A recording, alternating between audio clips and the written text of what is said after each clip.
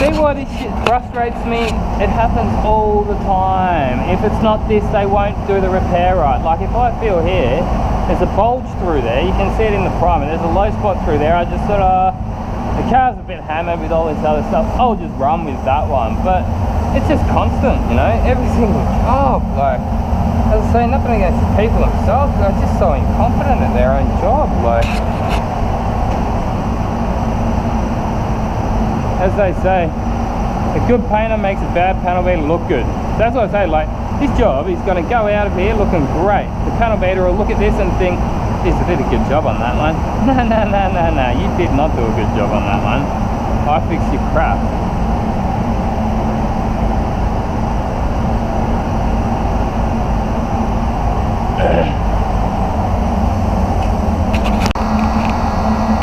So here I am, fixing panel beaters fuck ups again. This is why this job can be stressful. Like, there's so many variables, so many things that can go wrong in this trade, and no matter what happens, forget about blame, like who the blame gets laid on at the end of the day.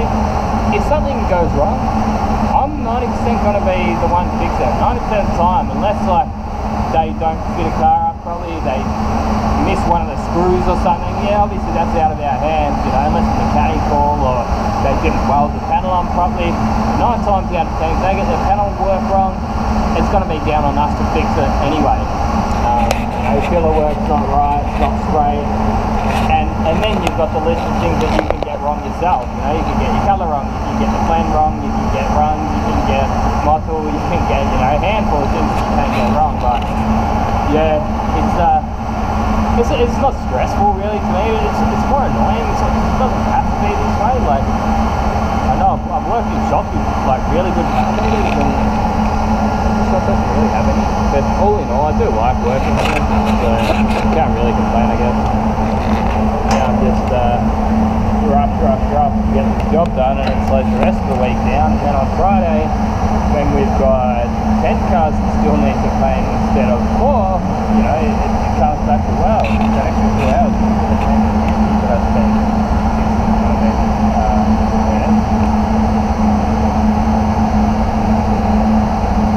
So I'll give that a block out. Give it a quick orbital sand. Everything you get exhausted over your masking, and that'll leave crap in the paint. Details going to have to get out.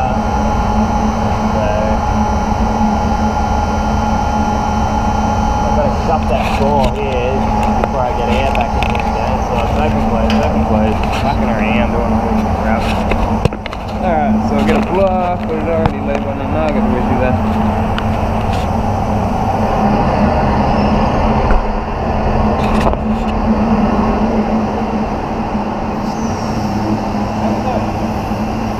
Oh, don't worry about it. I'll tell you later. I'll tell you later. Yeah, you got time to talk shit to you, man.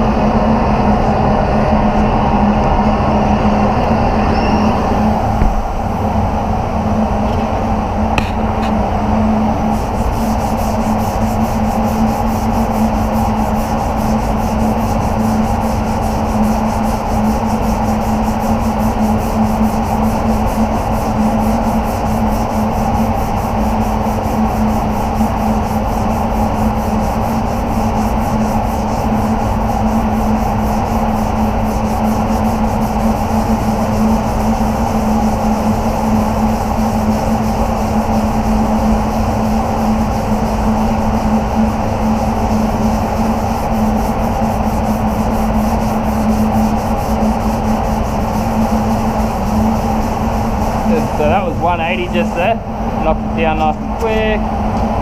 Hit that with some 320 next. Primer will go with the 320 nice and smooth. Keep that primer to a minimum because I'm just going to be using wet on wet primer here, but I still will sand it. You can actually use non-sanding primer as a sandable primer. Not really recommended, but it can be done. The main thing you got to be careful is like you build, like you don't want to get too much on there. I've done it before, and I thought, oh, yeah, I'll just put like 3 coats on there, and it just doesn't dry properly, and it really doesn't sand very well. So So we just go like 2 light coats, I think I should be fine. Look at all this dust in the booth, mate. Not really what I want. And look, I must say 9 times out of 10 I pick this stuff up before it gets in the booth. This one just slipped past with such like hairline fractures, but they did come out onto the exterior panel if you look closer.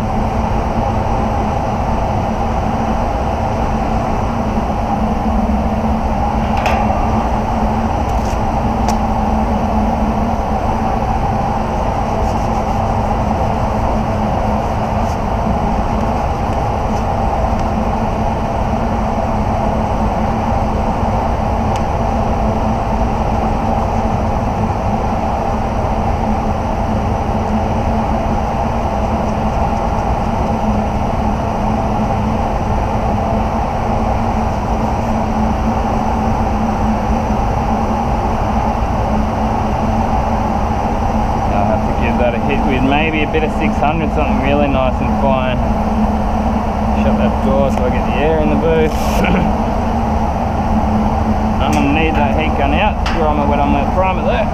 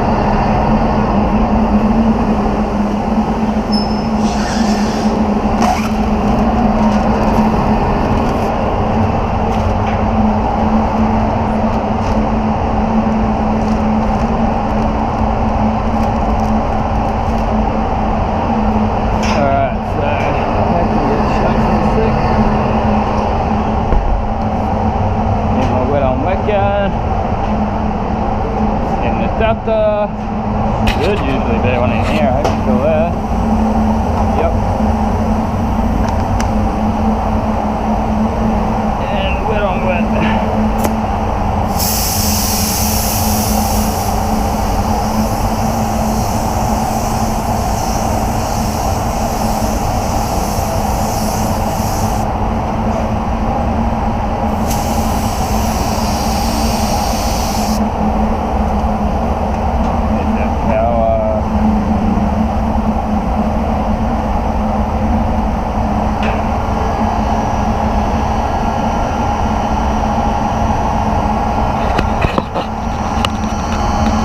You guys love this kind of troubleshooting shit, so I'm glad I actually got this on camera.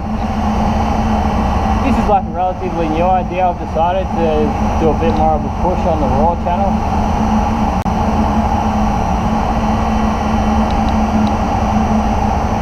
But yeah, upload speeds are really what's holding me back at the moment.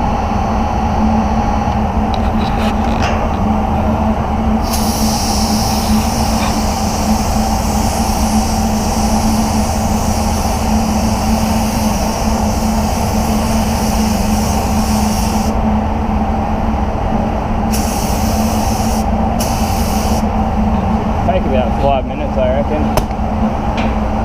at the speed of Gunman.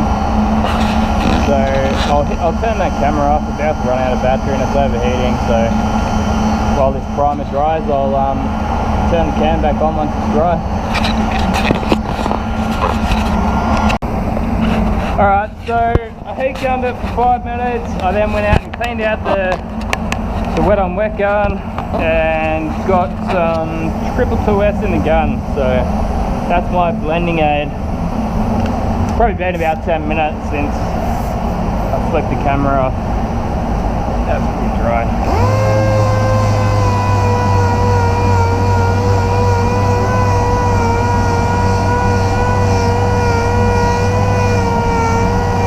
Yeah, it's starting to fold up a little bit there. It is still a little on the fresh side. And even like with this wet on wet primer, as I was saying before, like not really designed to be sanded. Sometimes even if it's actually properly dry, it'll still fold up a little bit like that. This is a trick you can do. You get little bits like that, you can try and just pull them off with the sticky side of a bit of tape. And that got it.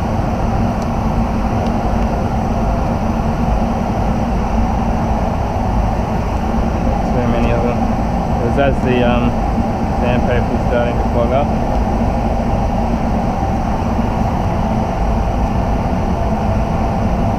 Might also be able to get it up with a bit of a slight razor blade carefully. Or just a fresh bit of sandpaper.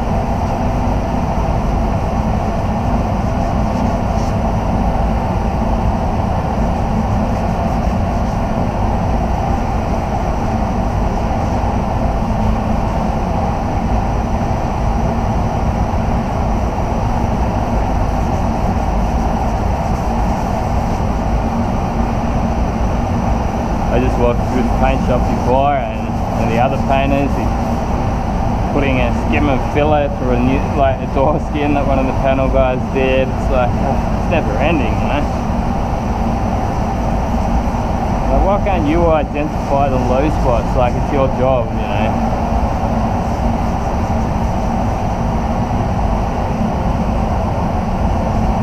If that was like meant to be the painter's job, it'd be like, oh, that's part of our job, but it's not really meant to be. I have heard though that like in other parts of the world, some painters do actually do filler work. And I guess if that's the case, you would employ the painters to suit. Like you would have an extra painter because you've got that extra workload, whereas here, like we don't employ an extra couple of painters. Because of that, we're just expected to work our asses off and do half of their job as well.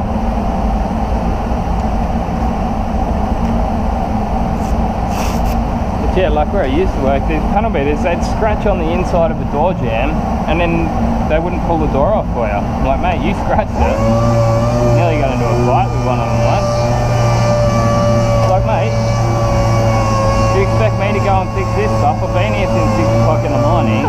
And I probably won't leave until 6 o'clock at night, and then I've got to come back in and I've only got one booster door to hold in, you know. You want me to blow door jams in because you're too lazy and you don't, or you're not even skilled enough to know even how to pull the door off, like. These little spots that are falling up a little bit there. Slightly get them off with a razor blade, carefully. I reckon that'll just about rear up the paint over.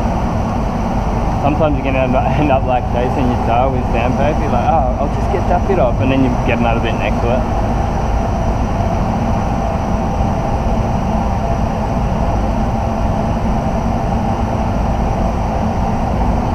Hey, somebody's got to do this shit.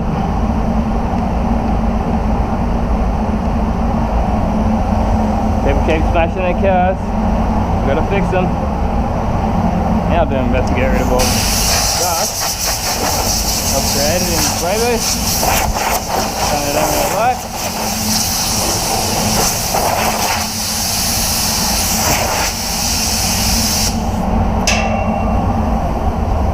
Give that a wax and grease remover and continue on where it was probably about half an hour ago.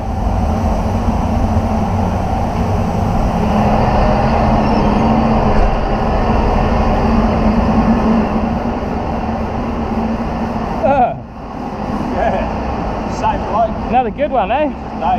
Yeah. There you go, you saw that filler in that door skin there. We just laugh about it these days, like, bit of a joke.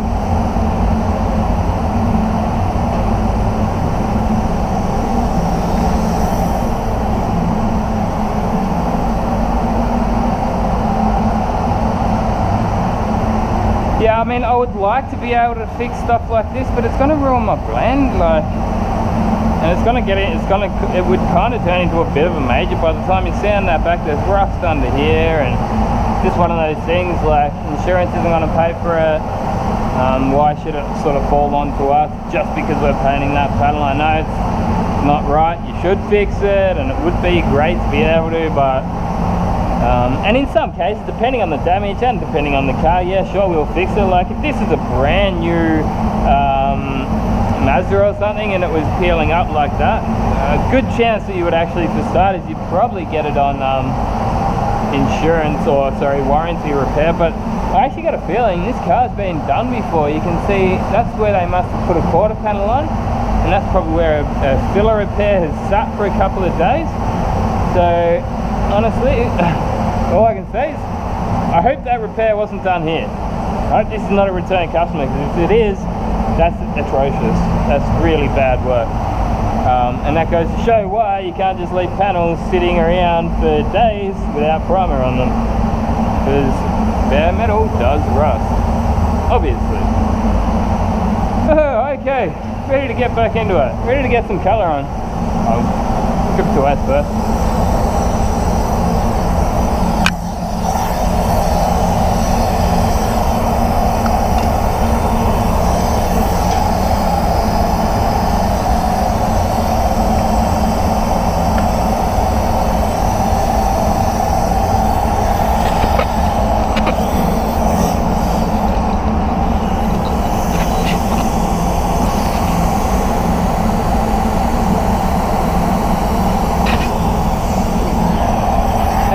Battery's about to run out, so I'll turn it off and back on quickly.